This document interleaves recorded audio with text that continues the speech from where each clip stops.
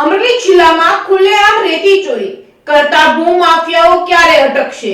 અમરેલી જિલ્લામાં ભૂમાફિયાઓ ખુલ્લેઆમ રેતી ચોરી કરી રહ્યા છે. અમરેલીના રાજથળી, અમરેલી, ખંભાળિયા, ચાપાથર, દેવળિયા, શેત્રુંજી નદી સહિતના વિસ્તારોમાં ખુલ્લેઆમ રેતી ચોરી થઈ રહી છે. તો ભૂમાફિયાઓને કેમ કોઈનો જ ડર નથી લાગતો? શું ભૂમાફિયાઓને નેતાઓ છાવરી રહ્યા છે કે પછી સરકારી બાબુઓ?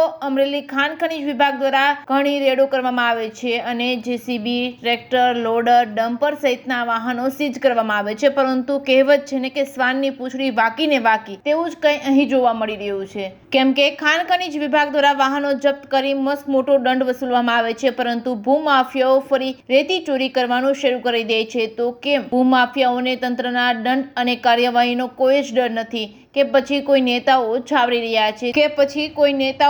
રહ્યા છે? તેને લઈને ખુલ્લેઆમ ભૂમાફિયાઓ રેતી ચોરી કરી રહ્યા છે. આવી જ રીતે બેફામ રેતી ચોરી થાય છે અને કોઈ પણ પ્રકારના પગલાં લેવામાં ન આવે તો સરકારને કરોડોની આવક બંધ થાય. જો શેત્રુંજી નદીમાં લીઝ આપવામાં આવે તો સરકારને કરોડોની આવક શરૂ થઈ જાય. અલગ અલગ જગ્યાએ દિવસ રાત ભૂમાફિયાઓ રેતી ચોરી કરી રહ્યા હોય છતાંય કેમ રેતી ચોરી બંધ નથી થતી? તો સરકારી બાબુઓ અથવા તો રાજકીય નેતાઓના નજર હેઠળ ચાલતું હોય તેવું લોકમુખે ચર્ચાઈ રહ્યું છે. અનેક વખત પ્રેસ મીડિયામાં પ્રસિદ્ધ થવા છતાં તંત્ર દ્વારા કેમ આકરી કાર્યવાહી નહીં?